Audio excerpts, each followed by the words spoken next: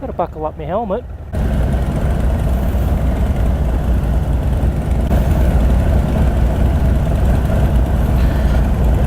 Okay. Fat Bob 114.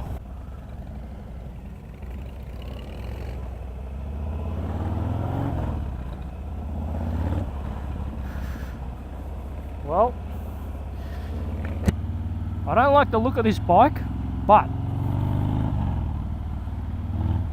I can tell instantly this thing's an animal. Gee, it's smooth. There is no vibration.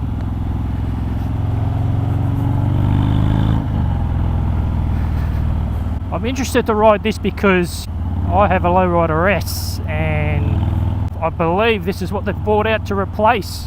Well, could I say replace? Is replace the right word? If you wanted a sporty type of Harley in 2017, you bought a lowrider S. I think it'd be fair to say. In 2018, you buy this. You buy the Fat Bob 114. It's got some pull. It's so smooth, there's no vibration.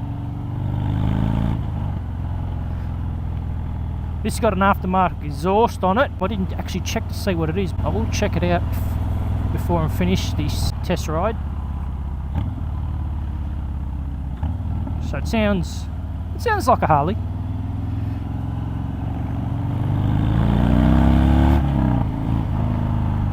Bit of wheel spin then.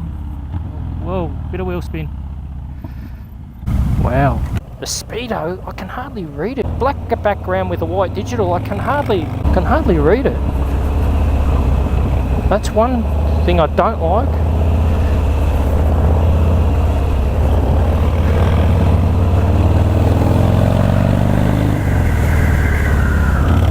This bloke in front of me, he's riding his breakout and he's snaking all over the road. It's a breakout, man.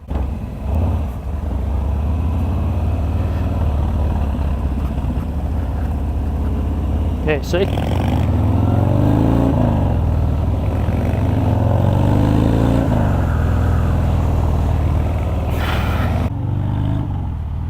It sounds like a Harley. Oh, I don't know if this is just weird or not. It does sound like a Harley with a difference. I don't know, maybe it's the exhaust, but look, it sounds tough. I'll give it that. It sounds tough anyway. I'm interested in it. I think it's a road rage, but I could be wrong, but I'll check that out. This bike is very well balanced, very well balanced. The forward controls, they're not as far forward as other Harleys I've ridden with forward controls. Like, they're not as far forward as a breakout that I've ridden. I rode a lowrider S that had forward controls on it. I'd have to say these forward controls are more comfortable. For me, I'm 5'9", this is a very comfortable riding position. The seat's very comfortable. If this is a stock seat, which I'm pretty sure it is, it's comfy. I'd have to say Harley has put some thought into this bike, which is good to see. Although I'm not sold on the appearance, but that's just me. What I don't like, the bloke next to me probably loves. So that's just me. But let's forget about the way it looks. Let's just talk about the way the bike feels and handles. And it feels great. It handles. I don't feel like I'm riding a Harley. Like my lowrider S, I'm pretty certain that this thing around the twisties, it'd eat mine alive. I'm pretty sure. In terms of actual power, speed, line ball, I reckon it'd be line ball. I've gassed this a couple of times at the traffic lights. It's pretty hard to get a true indication because I got, the bloke in the white road glide, he's our follower, he's our lead man. So even then, it's torquey, but I don't think it's any different to the twin cam 110.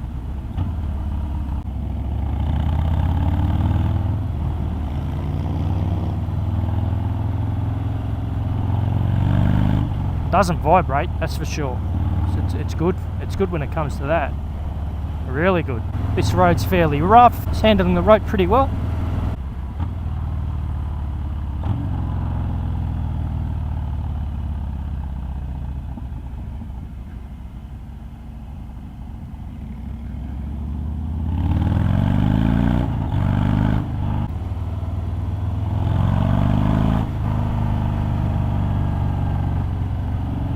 twin cam 110 in pure just throttle down, torque, straight race, the twin cam 110 is going to be right beside this 114 Fat Bob. But this is definitely better around the twisties though, no doubt. We've lost the rest of them behind us, us three. Oh no, there's a guy behind me.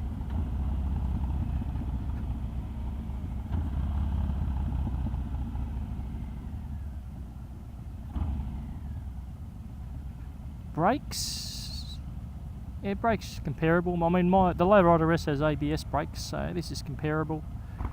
The rear brake lever needs adjusting.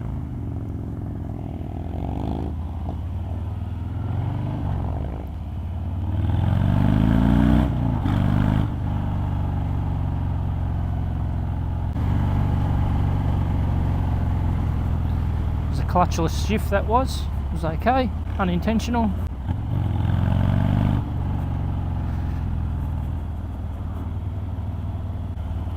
Now this bike has the upside down front forks, and I think it's the only model that has it in the Harley range in 2018.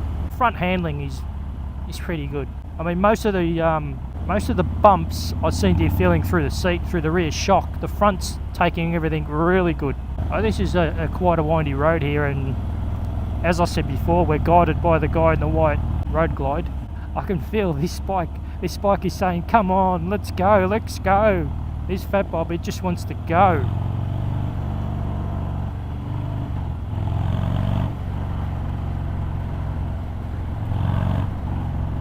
Yeah, the front shocks are really good. They the handling over the bumps on the front end on this Fat Bob is impressive. For a Harley, it's very impressive.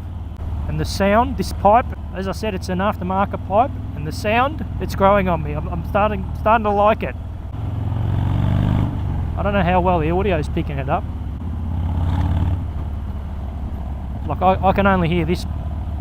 I can only hear the bike I'm on, this Fat Bob 114. I can't hear that street glide in front's got some a set of slip-ons on it, and I can't hear it. I can't hear it at all. All I can hear is this bike I'm riding.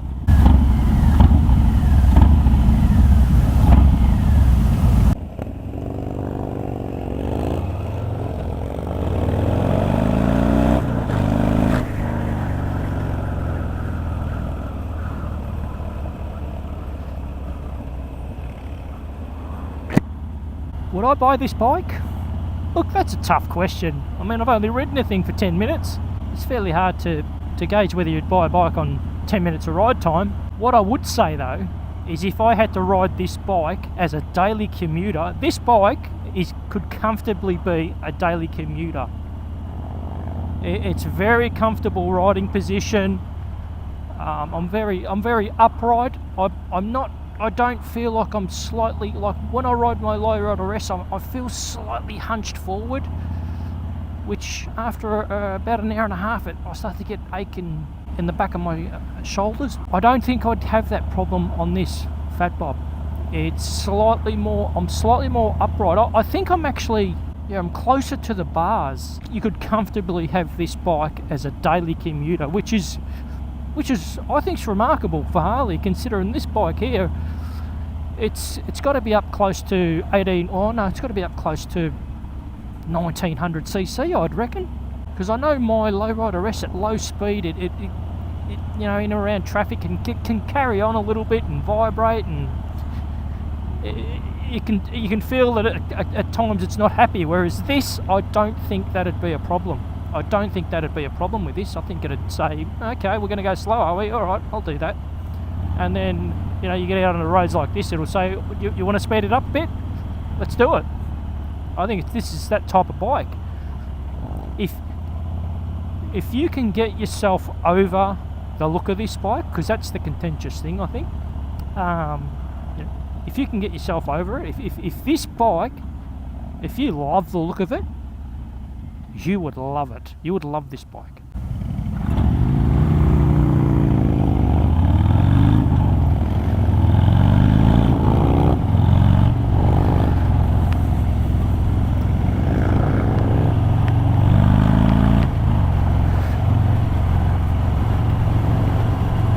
guys, I've been riding this bike I think now for about 15 minutes.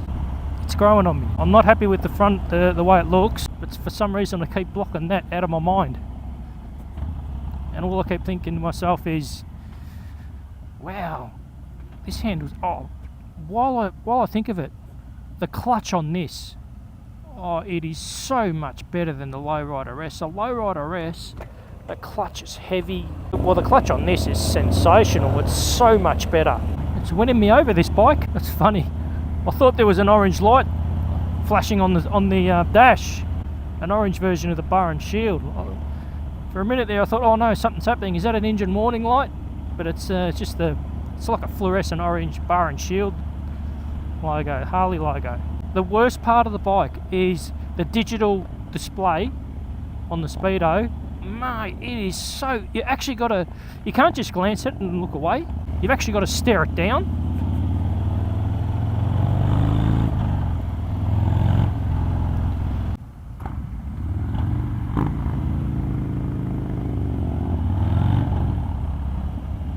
The gear changing, probably not quite the clunk. They've toned that down a little bit. Let's go, boys.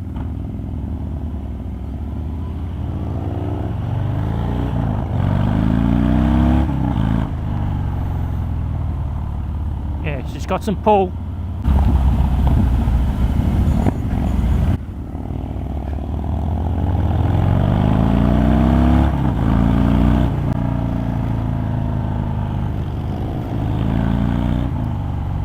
Definitely got these guys covered, no doubt about it. This bike's definitely got these three in front covered.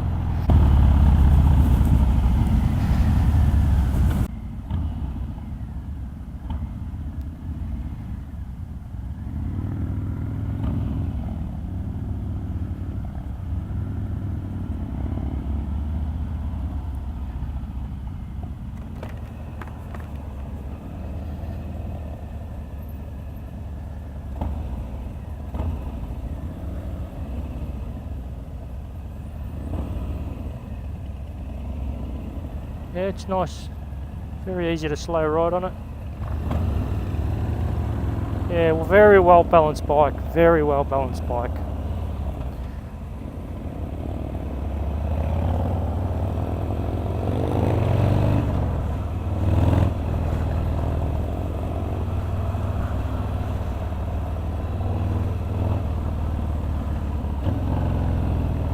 I think this is a bike, if you had it for a couple of weeks, tell you what, I reckon you might fall in love with it.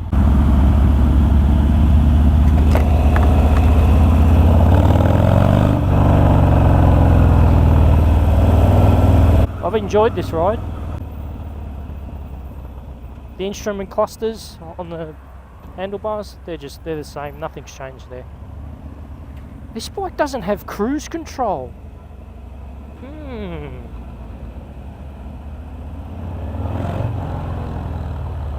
I would like to thank the good folk at Ringwood Harley Davidson in Melbourne, Victoria.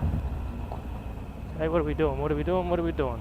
For allowing me to ride or take a couple of test rides this morning. They were very kind, courteous. Drinks, sausages, barbecue, very nice. Share for these steel grates.